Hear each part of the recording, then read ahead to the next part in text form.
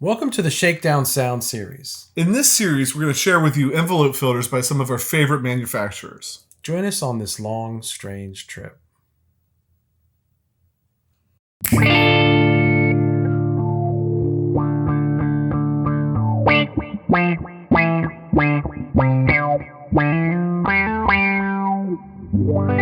On today's episode of PJ and the Beard, we're going to look at a guitar we recently acquired. We got in the Tiger from Eastwood Guitars, and the Beard's going to tell you why this particular guitar.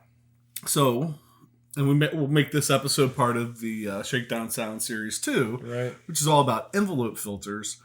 And one of the interesting, unique things about this guitar is it comes with a OBEL system, which is an onboard effects loop system built into it, and that's really interesting. Really interesting when you look at a envelope filter. Couldn't remember. Right. Those things. Oh, it's going to be one of those things. So we got in for that reason. Reached out to Revolta and our friend over there, and he helped make that happen with the intent of sending it back. I don't know. Maybe. I don't know. We're not really sure. We don't know. Yeah, we don't know.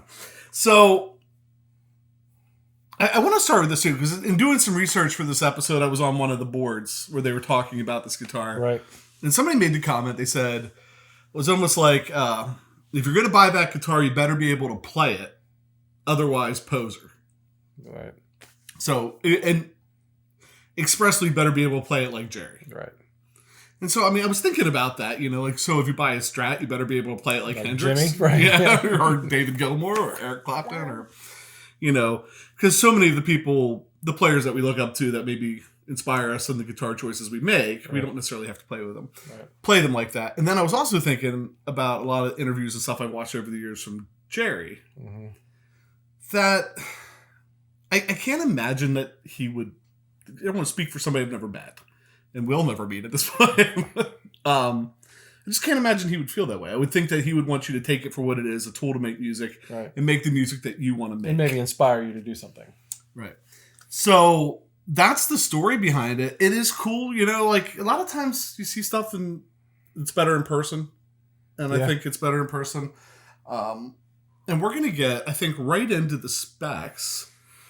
Let us tell you about I'm going to read them, and thank you to my YouTube partner for making the font big enough that I don't have to embarrassingly put on glasses, he says.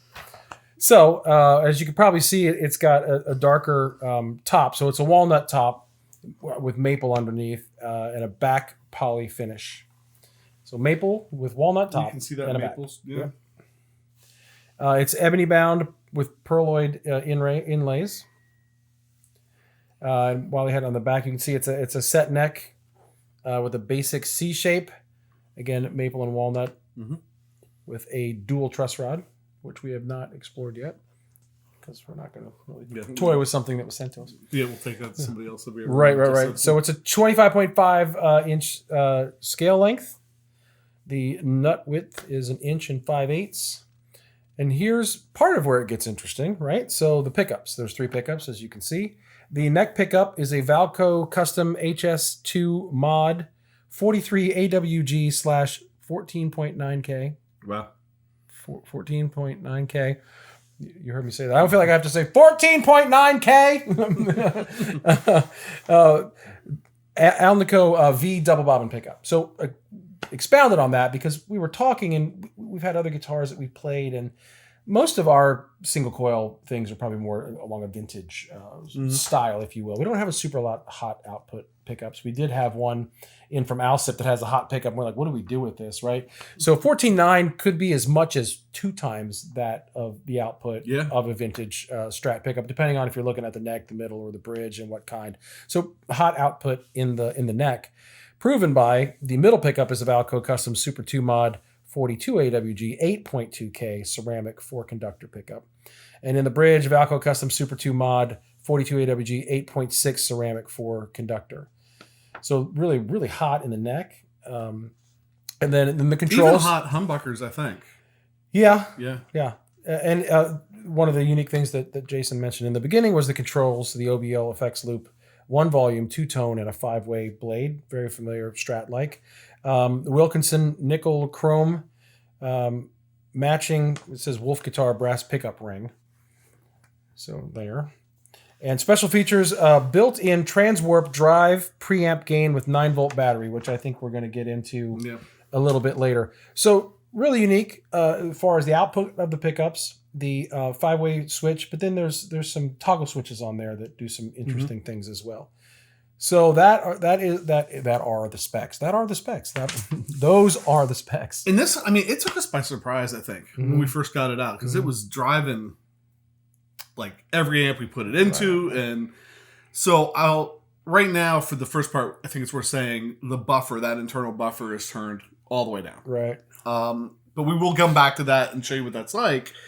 But in the Tyler JT22 right now, 22 watt amp, turn that buffer down. It's not hitting it quite as hard as it was hitting it before.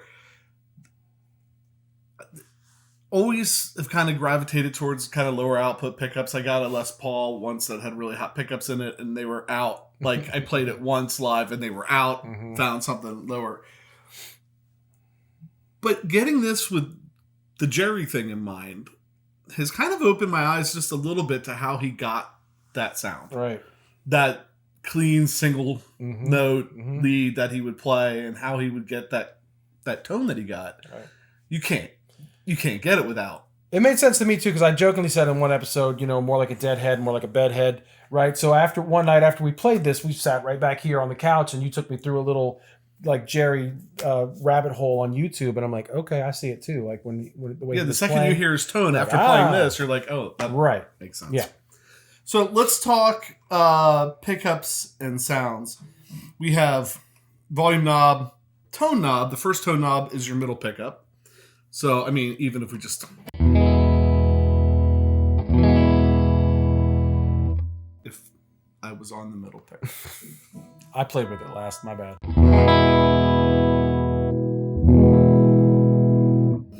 And then the other tone pot does the neck and the bridge. So if we go to neck...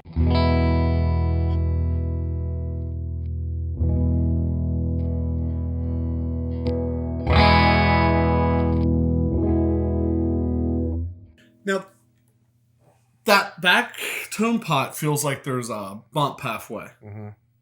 And I tried to do some research on that to find out what that's about. Right. And the best I can tell right now, it just tells you where halfway is. But it's kind of nice because several times we've rolled that tone pot when we were using it.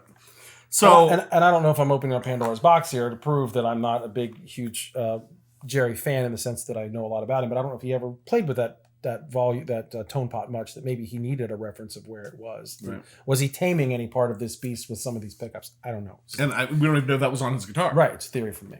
So it's probably not true. And then you have 3 toggle switches. The first toggle switch splits the middle humbucker. The second toggle switch splits the bridge humbucker. The third toggle switch is the OBEL, the onboard effects loop. That engages and disengages that. And we're not going to do anything with that in this episode. But we are going to do an episode solely on the onboard effects loop and how you use that, how you set that up. So that will be coming out. If it's not out before this, that will be around here shortly. So we thought, let's just run the pickups real quick. I'm going to leave both humbuckers on, run the 5-way switch, both humbuckers to single coil, run it again, and hopefully play it without messing up too many times. That's already many times in a row I'd want to play the same thing. That's like 6 times. Yes. 10 times. I can't count, see? So when we start over, we'll be back to that next single coil will always be the same on both runs. Right. So...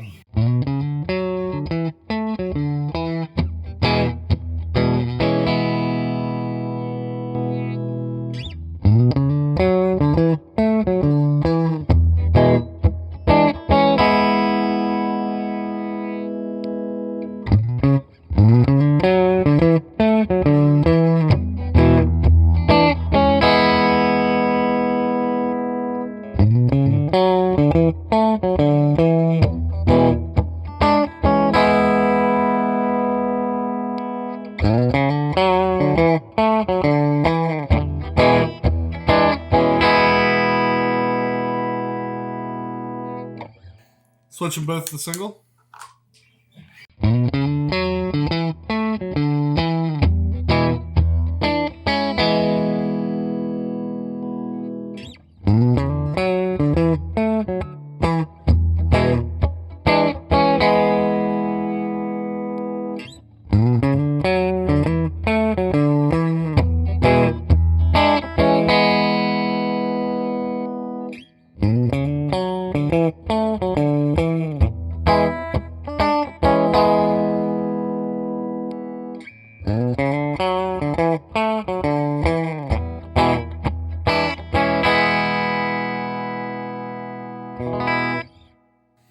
many sounds in there, and some of them really feel unique to my ear after playing Les Pauls and Strats and PRSs. There's some really unique sounds in there.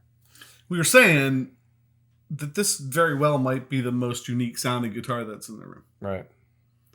You know, I mean, because you go Paul Reed Smith to the Les Paul to the SG to the 335. I mean, they all have their own kind of unique thing about them.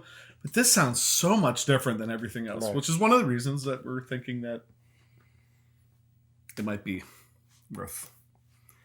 Right. Right. So, do we get into the buffer? I think we should. Okay.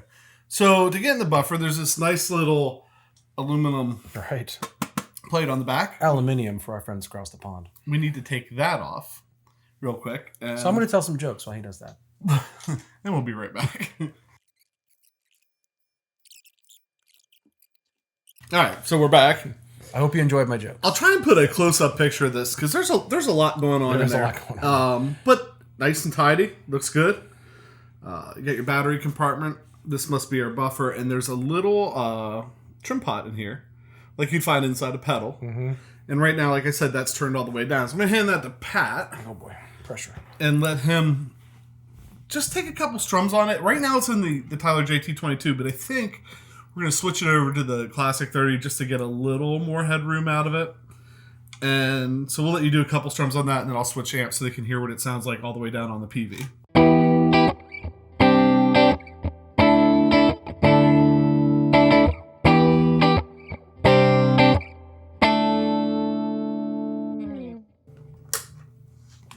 Right away? Mm-hmm.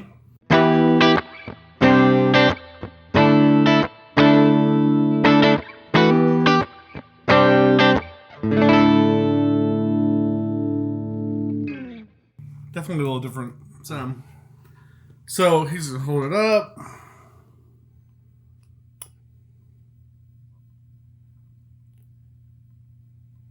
Just a little bit of a turn. Should have grabbed some of our COVID masks and been surgeons.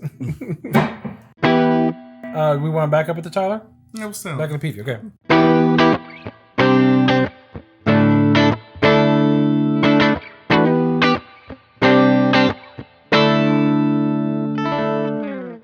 You can hear it driving a little bit already. Mm-hmm. Don't worry, he stayed in the Holiday Inn Express last night.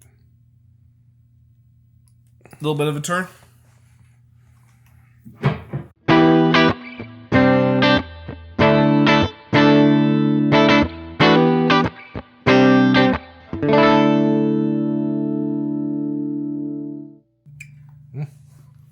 I don't know how many little bits. Yeah, I don't know. And we had this wide open when we got it. We were like, man. I don't think it was all the way up. Okay. But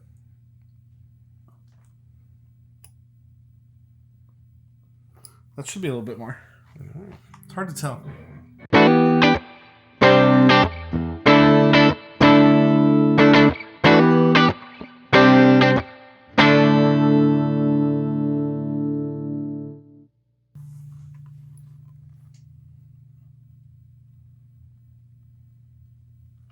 Another partial turn.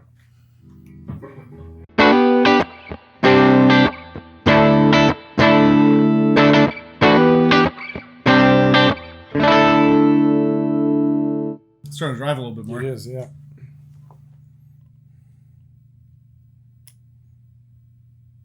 We're going to have another one after this. But wait, there's more.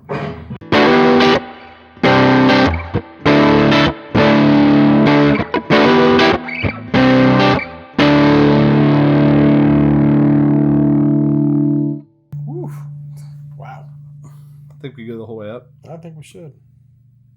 Yeah, that was the whole way up. That was the whole way up? Just do it one more time, just to make sure.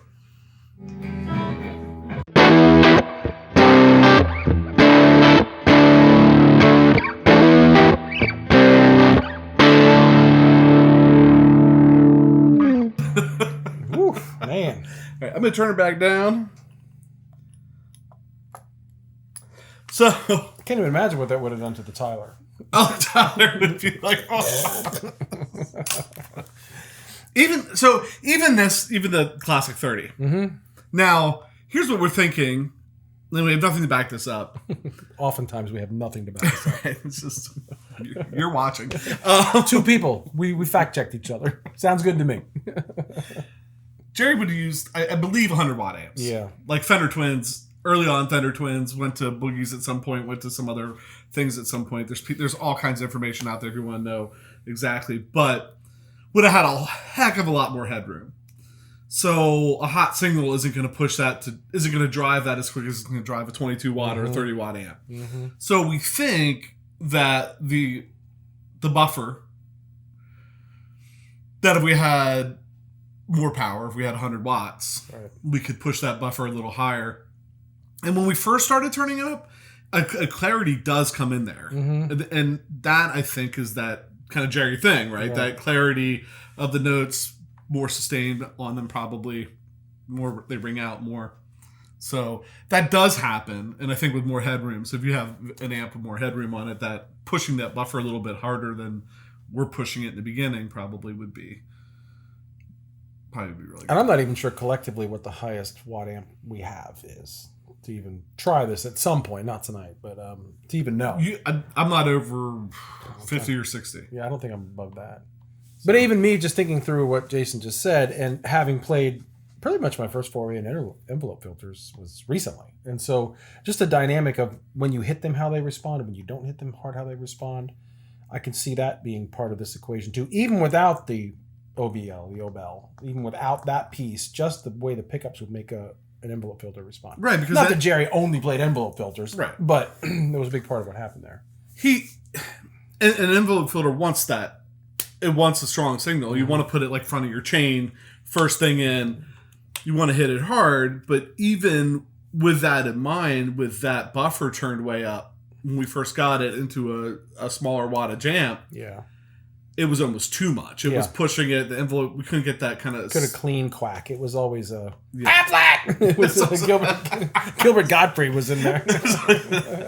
Half quack. That was good. Hashtagable. So, t-shirt. Yeah. Exactly. Let's do it. So, yeah. I mean, so pulling that back, I think, helped with that a little bit. Mm-hmm. Playability-wise, what do you think?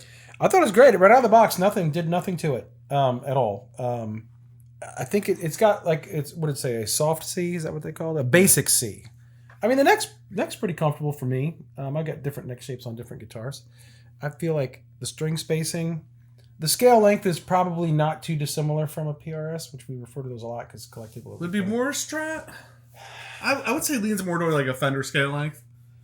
Somebody will know. What is it? 25, 25. And I'm trying to think, because the PRS is like right in between a Les Paul and a Strat for most of the PRSs. I'm thinking closer to a Fender, but I could be wrong on that.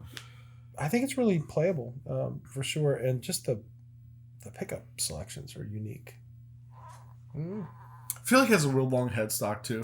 Yeah. It's a little heavy. We didn't look up the weight. It's a little heavy. Fit and finish, I think, looks good. Yeah, I mean, we certainly get a magnifying glass out, but we thought that for the most part, maybe a little bit on one of the ebony fretboard where it meets the maple, not totally pure up here, but not really any fret sprouts to speak of. And, this was shipped from abroad. We don't know if it goes to Eastwood for them to check it out or if it comes right to us. We're not sure. The brass pickup ring, but then you also have brass saddles and a brass nut too. So that's kind of a very...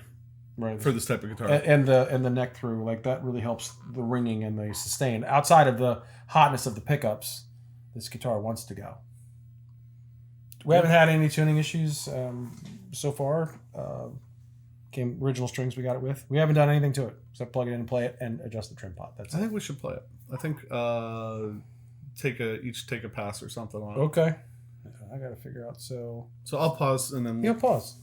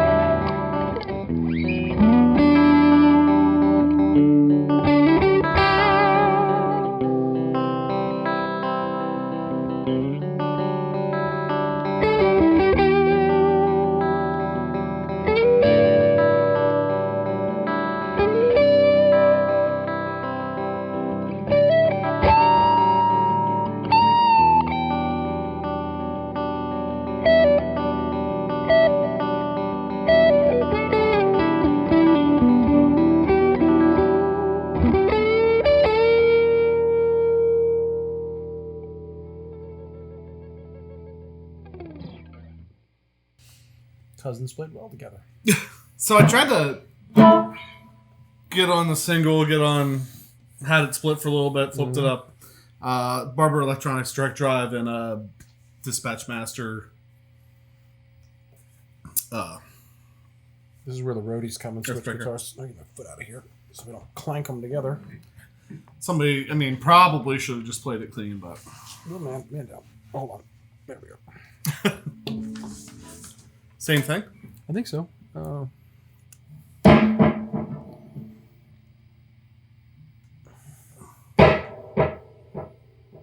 Yeah.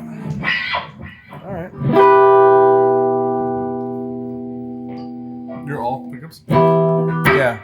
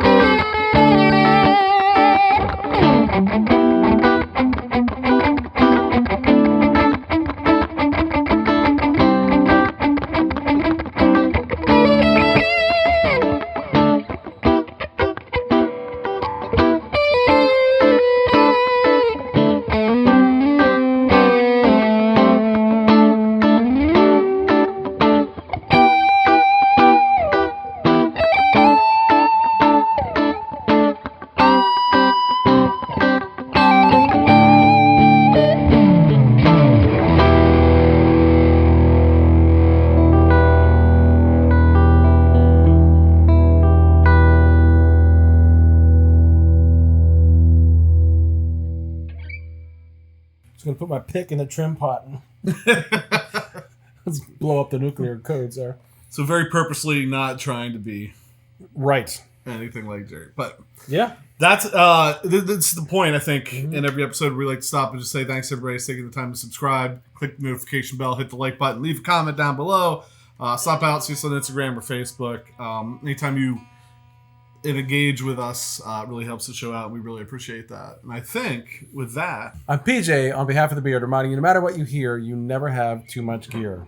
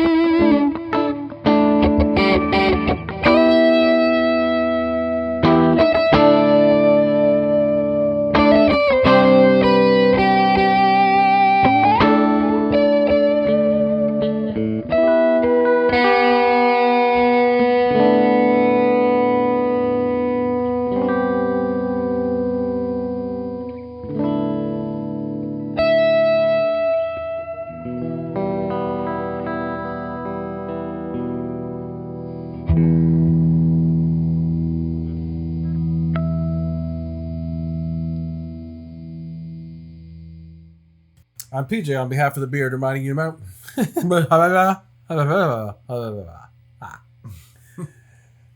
With that,